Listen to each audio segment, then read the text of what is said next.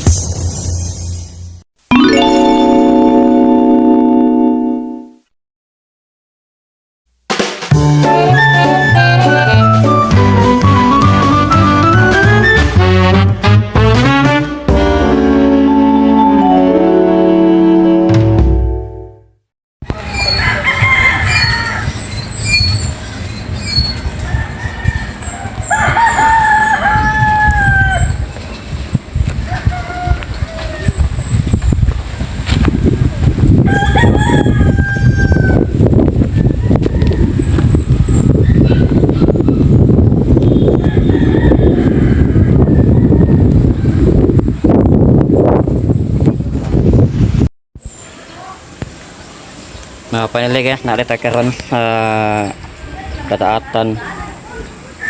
Narito kita ako.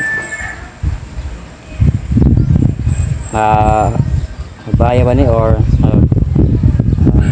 lihat atong makita guys, nakaluyo ang langaw ba. Ato na ginito pa kana kadlan o di. Diari ko karon sa kan guys. Entrance langaw diri sa Putalisa. Hanggang ko ada dong. Dili sa kadatan. Kadatan ko no. Sa tate sa kang kauban sa vlogger ron. Kamar mo guide ako at padung. Alin ba, Tirlin? Kaya sa na mo guys. Di lang kahit para palam kay wat ka sa metabo na to diha.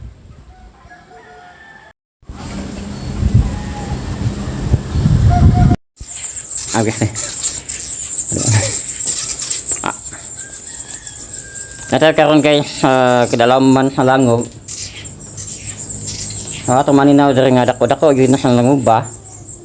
Ego tang marang tano. So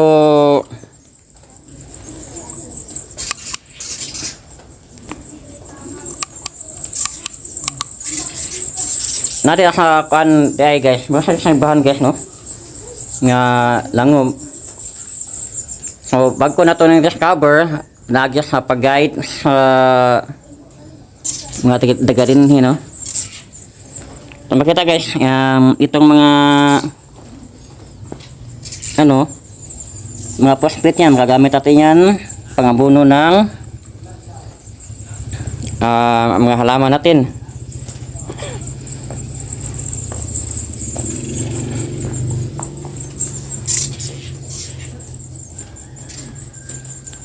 So, hindi naman to delikado ang pasukan natin guys. Hanggang dito lang tayo. Nakita natin ang mga ibon dito na nag-multiply.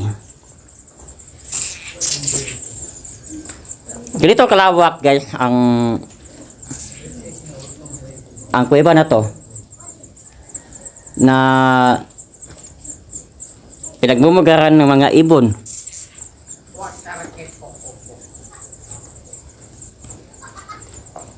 Habang nanonood ang ating mga kaibigan dyan sa labas at nanonood ng ating vlog,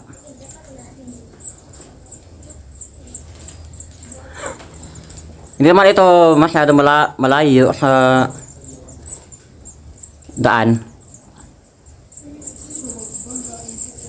Matagpuan lang natin dito sa gilid ng daan.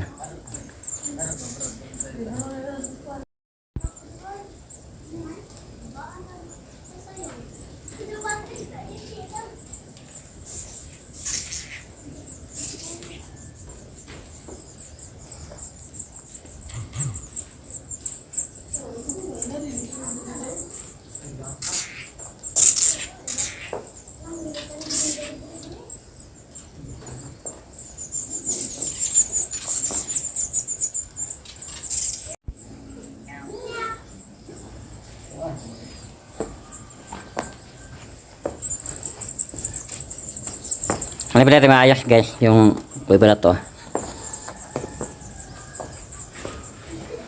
Imagine, pwede mong maging bahay itong kuweba na to.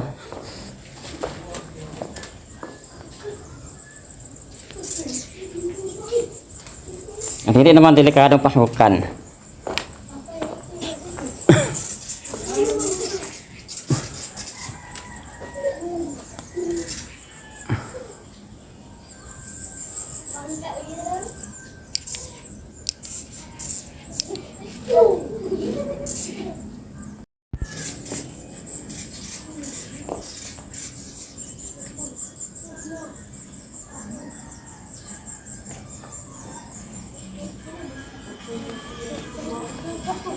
Sige guys, samahan nyo kami palabas guys.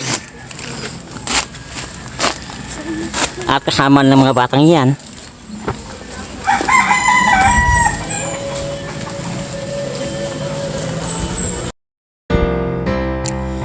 It is a little and simple cave. Seems like the very house, but it is a temporary shelter for the calamity. It is rich of phosphate, used as fertilizer to our farm. It is one of the tourist spot of Tuburan that located beside the road. It is near to the houses and the home of the birds. It is located in Sitio Kadaatan, Barangay Portaliasa, Tuburan, Cebu. You can visit here to the guide of the people. It is a cold cave, unlike the other cave.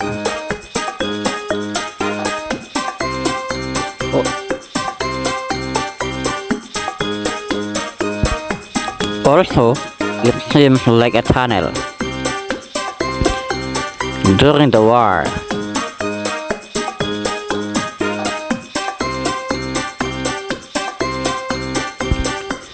shout out for my subscribers.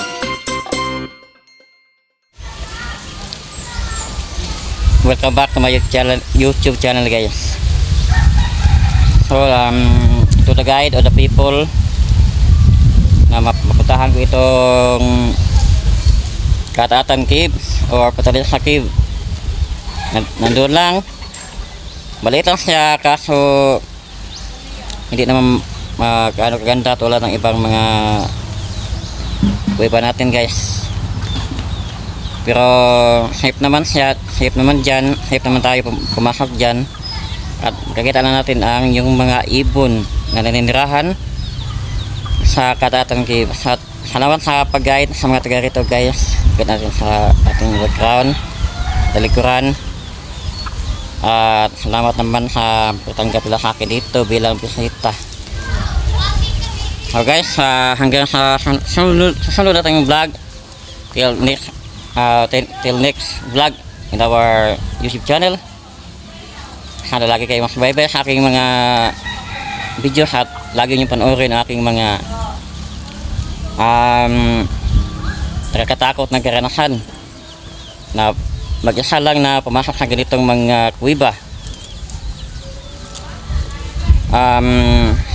Shout out pala guys sa aking mga subscribers at sa taga rito. So sa next time guys, next vlog and God bless.